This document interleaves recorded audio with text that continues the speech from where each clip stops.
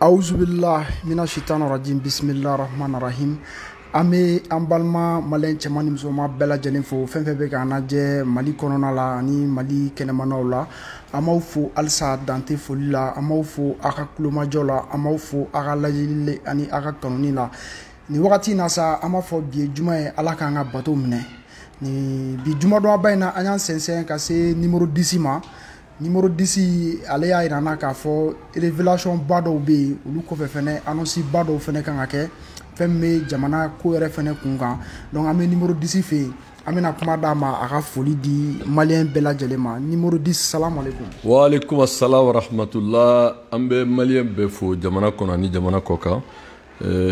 Juma min an ye bato min kɛ Ala ka minɛ an bɛɛ lajɛlen. An bɛ Ala deli Ala ka jamana basigi, Ala ka lafiya don an ka jamana kɔnɔ. Kati 24 an b'i fo i ka wulikajɔ la kabini kunu fo bi, k'Ala deli Ayisa aw ka wulikajɔ kɛ sababu ye ka kunnafoni yɛrɛ di jamanadenw ma min ni jamana ka hɛrɛ b'a la.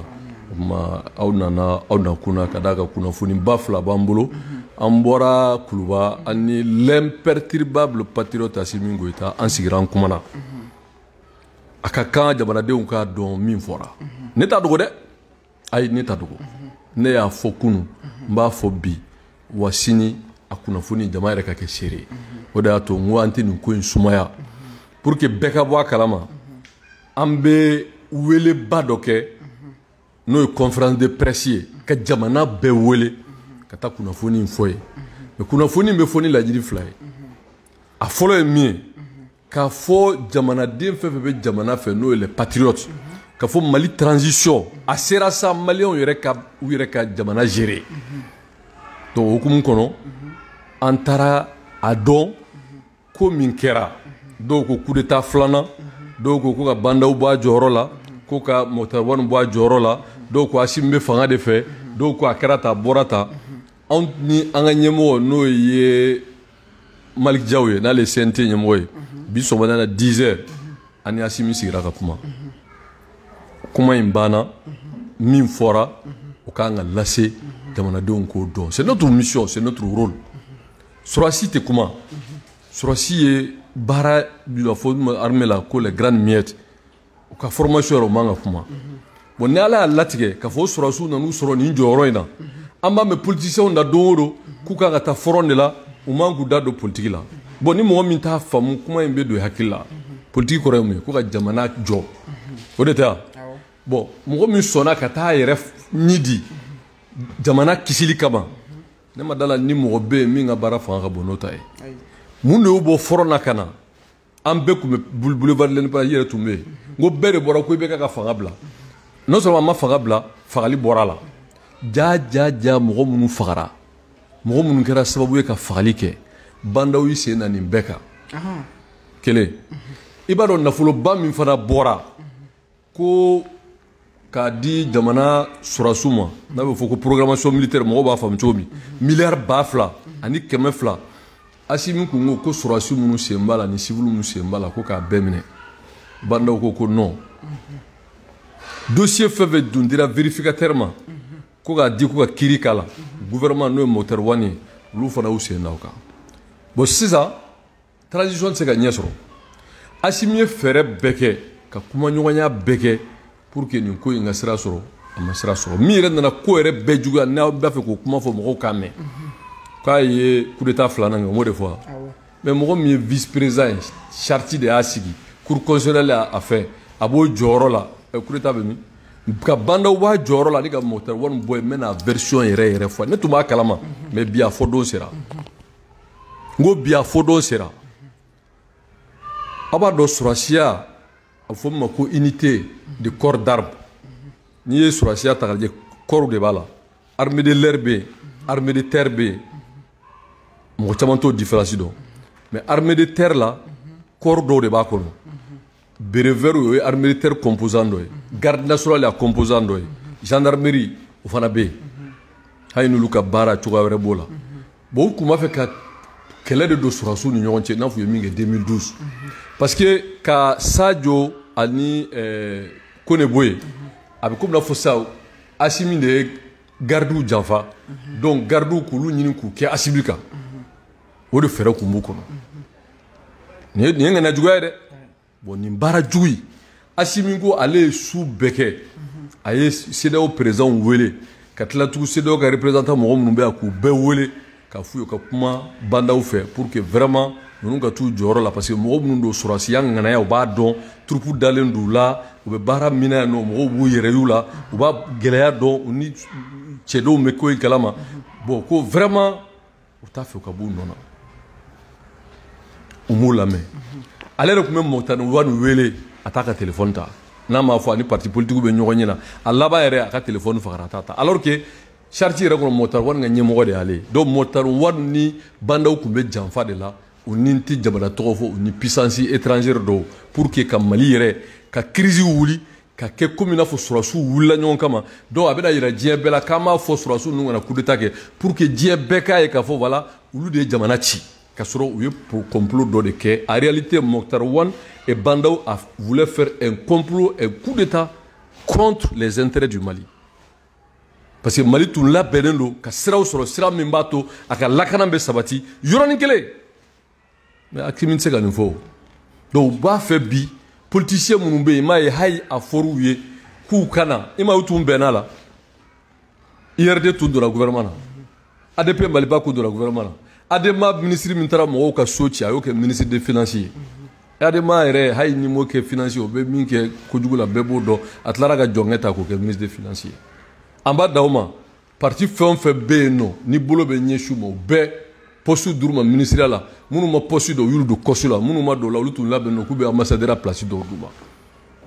tɔw tun ni puissance internationale dɔw de ye janfa kɛ n tɛ jamana tɔgɔ fɔ pour que ka Mali armée kari ɲɔgɔn na ka gardiw ni berevɛriw k'u kari ɲɔgɔn na ka tasuma wuli jamana kɔnɔ bandaw ni Mokutari Wade ni mɔgɔ dɔw tun farala ɲɔgɔn kan ni janfa in na mun kama ko ka sow minɛ civils et militaires mun kama ko min yɛrɛ y'a to olu y'u jɔyɔrɔ bila ka b'u ka kɔrɔ la ka na jamana kisili kama n'o ye u tun ɲɛ bɛ min natɔ la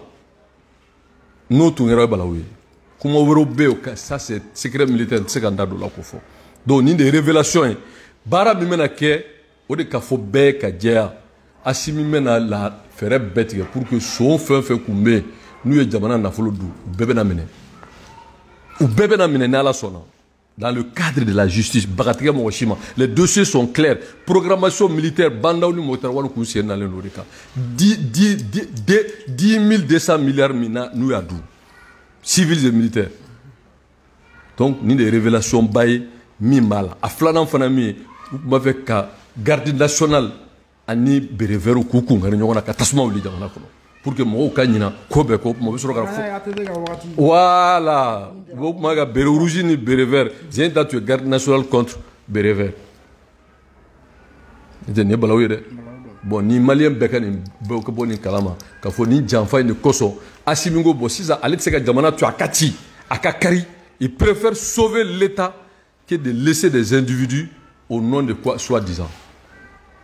donc ne y'a fɔ depuis a daminɛ moi c'est un chronogramme bâclé n tilara k'a fɔ ko c'est un agenda de la communauté internationale donc bi min b'u kɔnɔ u kɛlen bɛ ka fasoden jugu damadɔw labɛn olu ka relais kɛ a dɔw yɛrɛ bɛ jamana wɛrɛ nationalité b'u bolo k'a ɲini k'a jira komi i n'a fɔ sɔrɔsiw ye coup d'état de kɛ ka ɲini ka sɔrɔsiw mangoya ka jamanadenw ɲini k'olu labɔ k'u kɔ di sɔrɔsiw ma o fɛɛrɛ jugu min b'u kɔnɔ o tuma ACRT est allié an bɛna conférence kɛ dimanche don bɛɛ de welelen don leader fɛn fɛn b'a fɛ sɔrɔsiw sous le leadership de Assimi ka transition gérée donc an bɛɛ welelen don conférence de presse la dimanche a bɛ kɛ maison de la presse la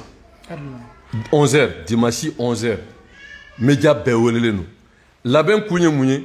alamisa don peuple min bɛ fɛ Assimi l'imperturbable patriote Assimi Goïta de gérer la transition parce que a b'a ka rôle la dɛ a b'a ka rôle la il est vice-président charte y'o fɔ il est vice-président Mali Cour constitutionnelle y'o fɔ bandaw démissionné na donc Assimi reste à sa place il gère la transition il va nettoyer minnu ye sonyani ni namara kɛ et puis assurer la sécurité de défense et puis élection bɛ kɛ jɛlenya kan ni min gagné na o b'a ta problème bɛ min problème b'o la donc a bɛ transition gérer ATT b'a gérer ya minnu bɛ mankan ci la ko sɔrɔdasi tɛ to a kunna n'u bɛ voilà ceux qui sont morts de leur belle mort là mais en 91 ngolu farala tete ga tete de tradition nigérienne. Donc Assimi, c'est le patriote imperturbable, le grand patriote imperturbable. Wallahi, ne ya fo ni be masa min bolo, Assimi be sira min kan, na ma bla Mali be kisi.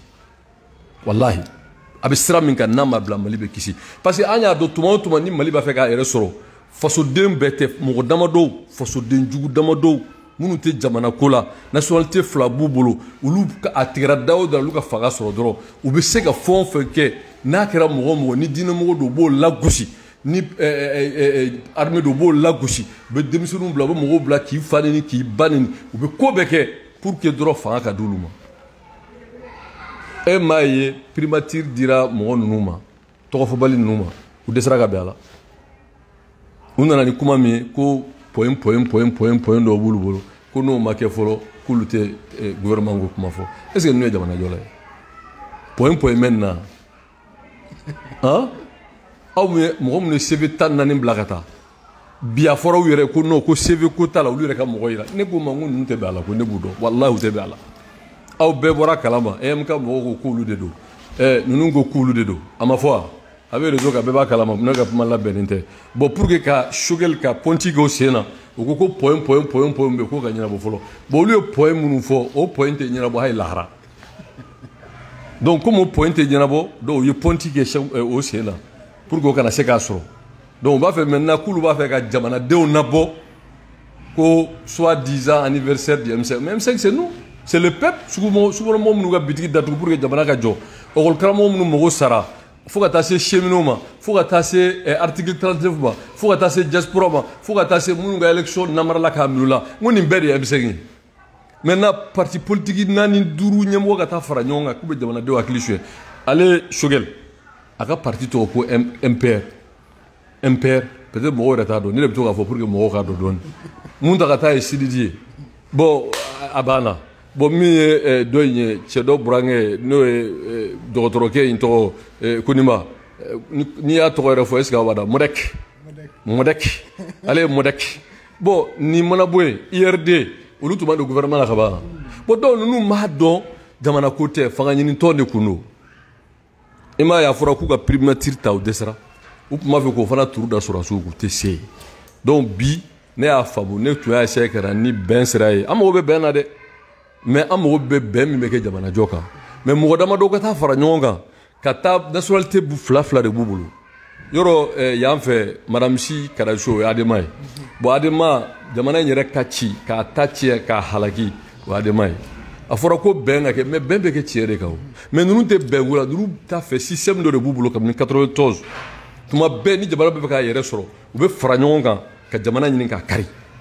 tant que olu tɛ jamana tɛ yen mais san 30 jamana b'aw bolo aw ma se e yɛrɛ ni Ala cɛ nin bɛɛ tun bɛ fanga kɔrɔ in na a bɛɛ kɛra a gouvernement mɔgɔ ye dɔw yɛrɛ kɛra porte parole ye a fɔra ka yɛlɛma kɛ d'accord mais an m'a fɔ ko ka fanga di aw ma e ma u taara ko ka Choguel u ye Choguel de tɔgɔ di yan bon ninnu fana ko Choguel tɛ k'a ye ko fo article ka dafa dɔw ko fɔ mɔgɔ dɔw minɛna ko fo k'olu bila bon nin bɛɛ kɛra mais en réalité n bɛ min f'i ye walayi ni y'a ye ni Assimi ye gouvernement bɛɛ ta ka d'u ma u b'a fɔ ko non ko Assimi yɛrɛ bɛ bɔ yɔrɔ min na dɛ ko o ɲɛfɛla bandaw bɛ yɔrɔ min na ko k'olu ka mɔgɔ bila yen o de b'u kɔnɔ ko ka CNT fana ci olu ka na donc maintenant n'o kɛra u bɛ ko in k'u sago ye u bɛ fɛn bɛɛ bloqué u bɛ sɔrɔ ka tila tugun u ye min kɛ 2012 u b'o ɲɔgɔn kɛ parce que u tɛ jamana ko la et puis nationalité fila de b'u bɛɛ bolo donc kuma ye min ye anw bɛ bɔ le 3 mɔgɔ mɔgɔ b'a fɛ l'imperturbable patriote Assimi Goïta ka sow minɛ ka lakana ko a bɛ n'a ye sisan n'a y'a sɔrɔ lakana min y'a dɛsɛ bɛɛ bɛ n'a kun ye aw bɛ n'a ye ni Ala sɔnna ma kuma Ala ɲɛnama ni Ala sɔnna kalo 3 bɛɛ b'a fɔ k'an mɛnna an yɛrɛ kan donc alamisa don bɛɛ ka bɔ place de l'Indépendance la k'a yira u la k'a fɔ le véritable patriote M5 c'est nous parce que alamisa 15h ni Ala sɔnna peuple bɛɛ welelen don artiste min bɛ jamana ko la o welelen don minnu bɛ diinɛ ko la o welelen don minnu bɛ danbe ko la o welelen minnu bɛ faso ko la o welelen chrétien welelen don silamɛ welelen don bolisɔnna welelen don t'a si dɔn mɔgɔ mɔgɔ bɛ Mali ko la Mali kisili ko la bɛɛ de welelen don an ma siya bɔ siya la an ma diinɛ bɔ diinɛ la an ma taabolo bɔ taabolo la i ye silamɛ i kana i ye chrétien i kana i ye bolisɔnna i kana i ye fɛn o fɛn n'i kɔni bɛ Mali kisili de fɛ Mali basigi de fɛ sous le leadership de l'imperturbable patriote Assimi Goïta an bɛ ɲɔgɔn sɔrɔ place de l'indépendance la alamisa don u m'a fɔ k'olu bɛ bɔ les 4 wa an bɛ bɔ les 3 place de l'indépendance la ni min yera n'o y'a sɔrɔ jamana b'a fɛ jamana ka to Mali bolo maa wɔɔrɔ ninnu kɛra u sago bɔla an kan i kuma faamu wa donc o bɛɛ ka bɔ les 3 CEDEAO ka to ka na dɔrɔn k'anw bagabaga an ka jamana kɔnɔ an bɛna embargo ta an bɛna sanction ta an bɛna nin ta mais nin ye mun ko ye an bɛ se k'an si bɛɛ kɛ mɔgɔw de bɛ fara ɲɔgɔn kan ka bɔ Burkina ka bɔ Sénégal ka bɔ Côte d'Ivoire ka na Mali embargo politicien dɔw de fana b'a fɛ k'u hakilila lafasa parce que u t'a fɛ Mali k'a yɛrɛ sɔrɔ n'o tɛ surasi bayirika bɛ yan Mali bɛ ka dɛsɛ don o don ka sɔrɔ mun n'an b'o bɛɛ la n'a fɔra bi k'an ka cɛdenw ko so minnu ye nafolo suɲɛ civils et militaires bandaw ni mɔtɛriw ni mɔgɔ dɔw non n b'a fɔ n b'a tɔ fɔ n ko n b'a tɔ fɔ an ka ɲɔgɔn sɔrɔ alamisa don lisi bɛ n bolo et puis sonba minnu kan ka minɛ minnu ye wari détourné lisi bɛ lisi bɛ ni ala sɔnna. a kana kɛ cɛ dɔ ka lisi ko ɲɔgɔn ye dɛ. cɛ dɔ jumɛn. dɔ kun ko lisi bɛ yen. non lisi tilara ka tunu. lisi bɛ yen o parce que i b'a dɔn a sera tɔgɔ fɔ ma quoi parce que an tɛ se ka sow kɔ dogo. Mais programmation militaire, mais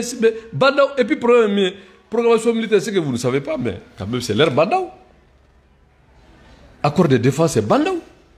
Et ni Badao n'a qu'à Mali, Jaffa, qu'à tout, communauté internationale, comme on m'a balné. Voilà, m'a balné. Parce qu'il comment il faut. Ne aïe, aïe, tout et kata, moi, au sorti, ne a femme. Parce que moi, mine dans la transition, il m'a sommé. Et que l'ordre du Mali va briller pour les Maliens. Or, quel est maillé? Itlara tugu ko ite se ka suye ni baliko mais ni y'a suye i b'a fɔnɔ foyi ma fɔnɔ mais i tɛ se ka min kɛ ka adama ministre bila ka taa an ka sow ci ka mɔgɔw kɛ fantanw ni fɛn wɛrɛw ye bon o mɔgɔ minnu o mɔgɔ kelenw a tilara k'o kelen de ta o jɔnkɛ kelen ta k'a b'o bila finance kunna donc o ka nafolo tɔ in bɛɛ suye sa ka élection di adama ma bon est ce que ninnu mɔgɔ bɛ jamana to ninnu bolo alors que danaya min dara bandaw kan ko sɔrɔdasi kɔrɔ don cɛkɔrɔba don ko dalen don a la ka kɛ politicien kan k'a kana Asimu dɛmɛdenw don pour que jamana sécurité lakana ale yɛrɛ de y'i cu ni mɔgɔ y'i cu bandaw de y'i cu mɔgɔ min tun bɛ complot la o ye Bɔtari Wani parce que ale ye diplomate de ye ale bɛ homo de kɛ ji jukɔrɔ donc u ye nin baara jugu in de kɛ k'a ɲini maintenant k'u b'a dabiri l'imperturbable patriote Asimu da la o de y'a to Asimu bi il fait une communication extraordinaire ah mais u bɛɛ bɛ yɛlɛ sanfɛ u bɛɛ bɛ ka yɛlɛ a bɛ ka kunnafoni di jamanadenw ma mais k'a lase jamanadenw ma o y'an ka rôle ye nous on est politique en tant que président d'ACRT principale force politique pour soutenir la réussite de la transition il faut que jamanaden ka bɔ a kalama parce que a ka ko fila faamu entre la force du bien et du mal il faut faire son choix la force du bien c'est soutien à l'armée parce que kuma dɔ b'u da ko non armée tɛ mɔgɔ damadɔ de don colonel naani duuru bɛɛ min f'i ye parti politique u bɛ sigi ka kuma k'olu ye parti politique ɲɛmɔgɔ ye donc o kɔrɔ ko parti b'olu de kɔ o kɔrɔ to yan mais n'i y'a ye l'imperturbable patriote Assimi Goïta taara IBK nɔfɛ k'a la démission ni troupe t'a kɔ a bɛ se ka kɛ wa o don ka taa cɛ dɔ burankɛ nɔfɛ tranquille ka bɔ foro la ka na ko cɛkɔrɔba an y'i bɔ foro la min kama baara ma ɲɛ na walan sɛmɛ Bɔtari Wani k'a fara ka taa n'u ye ni troupe t'a kɔ a bɛ se ka kɛ wa bon ŋaniya min tun b'u kɔnɔ ka garde nationale Sadio bɛ bɔ corps min na ani ne yɛrɛ terikɛ bɛ bɔ corps min na n'o ye Kone k'o ɲini k'o di berebɛrɛw bila ɲɔgɔn na est ce que ninnu ŋaniya ka ɲi n'o kɛra dɔrɔn tuma bɛɛ b'a fɔ wala an y'a fɔ fitinɛmɔgɔw don balawumɔgɔw don wala o bɛ sɔrɔ k'a dabiri da la ne m'a f'i ye n ko u ye min kɛ 2012 n ko programme kelen de b'u kɔ la u tɛ se foyi la k'a ɲini ka sɔrɔsiw kun kari ɲɔgɔn na ninnu tɛ jamana ko la koyi ils sont prêts à tout parce que l'actualité Bɔtari Wani b'a daminɛ tuma a y'a muso bila ka taa Amérique ko in bɛ daminɛ tuma ale y'a muso bila ka taa Amérique a denw bɛɛ bɛ yen bon vacancier a mago b'a la n'o tɛ mɔgɔ bɛ se ka kɛlɛ kɛ place de l'indépendance la ka nin position sugu ta o bɛ se ka kɛ voilà donc nin de ye kuma ɲɛbila ye donc mɔgɔ o mɔgɔ limaniyalen don pour une fois diɲɛ bɛɛ k'a ye ko Mali bɛ sɔrɔsiw kɔ nous demandons sɔrɔsi somɔgɔw sɔrɔsi mɔgɔw commerçant minnu b'a fɛ jamana ka jɔ jamana ka basigi parce que a kana politicien lamɛn dɛ walahi ni armée tɛ bɛɛ bɛ siran ɲini yɛrɛ ye o armée min n'u bɛ k'o buruja k'o lagosi n'o armée tɛ u b'u ye sisan nɔ u bɛ don avion kɔnɔ u ka passeport u b'u yɛrɛ ta parce que nationalité fila de b'u bolo dɔw ta ye 3 ye 3 bɛ dɔw bolo 2 bɛ dɔw bolo bon aw minnu bɛ jamana kɔnɔ n'a ye jamanaden jamana basigi n'a hɛrɛ kama a ye tugu jamana kɔ sous le leadership de l'imperturbable patriote Assimi Goïta alamisa don bɛɛ ka bɔ place de l'indépendance la k'a yira k'a fɔ an m'an ka jamana kɔ an m'an ka sɔrɔdasiw kɔ an b'a fɛ transition k'u ka cɛ hɛrɛ la Assimi ma dɔ wɛrɛ fɔ koyi gérer la transition jɛlenya la sɔnw ka bɔ a la jamanadenw mana danaya da min kan o ka kɛ président est ce que ni mɔgɔ min dalen don a la ko jama b'i kɔ sera problème da ne hakili la kɛlɛ kun ye min ye u m'o de fɔ ko Assimi kana to président la bon sisan Assimi tɛ président ɲini Assimi b'a fɛ sisan transition k'u ka cɛ hɛrɛ la sɔrɔdasiw k'u ka baara kɛ politique mɔgɔw k'u ka campagne kɛ jɛlenya la so minnu kɔni bɛ o bɛ minɛ so ninnu bɛ minɛ Assimi yɛrɛ kɔni ça y a rien à faire mɔgɔ o mɔgɔ ye jamana nafolo dun olu bɛ minɛ o tuma aw b'a fɛ jamana minnu ye nafolo dun u ka minɛ ou bien u kana minɛ n'a b'a fɛ jamana sow ka minɛ jamana sow ka minɛ an bɛ taa élection na mais ni wari bɛ sow bolo ka tila ka taa élection na ça veut dire que an ye jamana janfa e ma ban n'aw ye a nana dɔrɔn ka IBK réhabilité mɔgɔ min ma juge a ma ɲininka a ma foyi IBK yɛrɛ san joli kɛ ATT b'a bolo exil la san joli mais n'i nana dɔrɔn kalo saba a y'a réhabilité donc i b'a yira k'a fɔ u tun bɛ janfa de la Bandaw a trahi le peuple du Mali il a trahi la confiance des jeunes militaires officiers qui lui ont fait confiance ko sɔrɔdasi kɔrɔ don k'u dalen don a ka tɛmɛ politiciens ma ja ale yɛrɛ ka jugu ni politiciens donc maintenant min ye ko yɛrɛ kun ye Bandaw de y'i sen da minɛli kan ko mɔgɔ tɛ minɛ donc a ye diversion de kɛ ni bɛɛ ye ka kilonte à droite ja a bɛ ka taa à gauche donc ni Ala sɔnna alamisa don ça c'est la sortie de tous les patriotes pour soutenir les forces armées de sécurité sous le leadership de l'imperturbable patriote Assimi Goïta. Il est le vice-président et Amé Sharia Yelema, conformément à la Constitution, conformément à la charte pour que Assimi garde ses prérogatives de président de transition. Il est vice-président, donc on constate, nous, au CNT, qu'il n'y a plus de président de transition, donc on prend acte et maintenant nous allons voter une loi pour qu'il soit le président de transition et le débat est clos. Donc, pour dire à tout le monde, alamsado mɔgɔ jɛlen don ni jamana basigi n'a lafiya ni sɔrɔdasiw ka ɲɔgɔn minɛ sous le leadership d'Assimi Goïta bɛɛ ka bɔ place de l'indépendance alamsado le 3 k'a yira diɲɛ bɛɛ la k'a fɔ peuple ka hakilila ye min ye bon an bɛna lajɛ sisan a bɛ taa lajɛ le 3 le 4 ni jama bɛ yɔrɔ min kɔ o tɛ wa salamu aleykum. D'accord, donc kuma laban ye. kuma laban min ye dimanche ye conférence de presse ye pour que. Pourquoi on bebo ani fana lisi dɔ bɛ yen. D'accord, lisi dɔ bɛ yen. Ok, merci beaucoup. An b'aw bɛɛ lajɛlen fo. Anw bɛ numéro 10 fɛ yen nɔ Isa Kawjim. Donc an yɛrɛ bɔra k'a ka kumaw lamɛn sisan a yira k'a fɔ ko conférence de presse ba b'u bolo ACRT et alliés o bɛna kɛ dimanche maison de la presse la à partir de 11h. O fɛnɛ kɔfɛ tuguni ko wele bilalen don bɛɛ lajɛlen ma mɔgɔ mɔgɔ ka hakilina ye transition a bɛ se ka to Assimi bolo cogoya min na ni mɔgɔ mɔgɔ bɛ jamana basigi kɔ Isa Kawjim ka kumaw la ko olu fɛnɛ bɛɛ ka bɔ alamisa nata ni o bɛ bɛn le 3 juin ma o bɛ kɛ à partir de 15h boulevard de l'indépendance la an b'aw bɛɛ lajɛlen fo hakɛto b'a kan wa salam.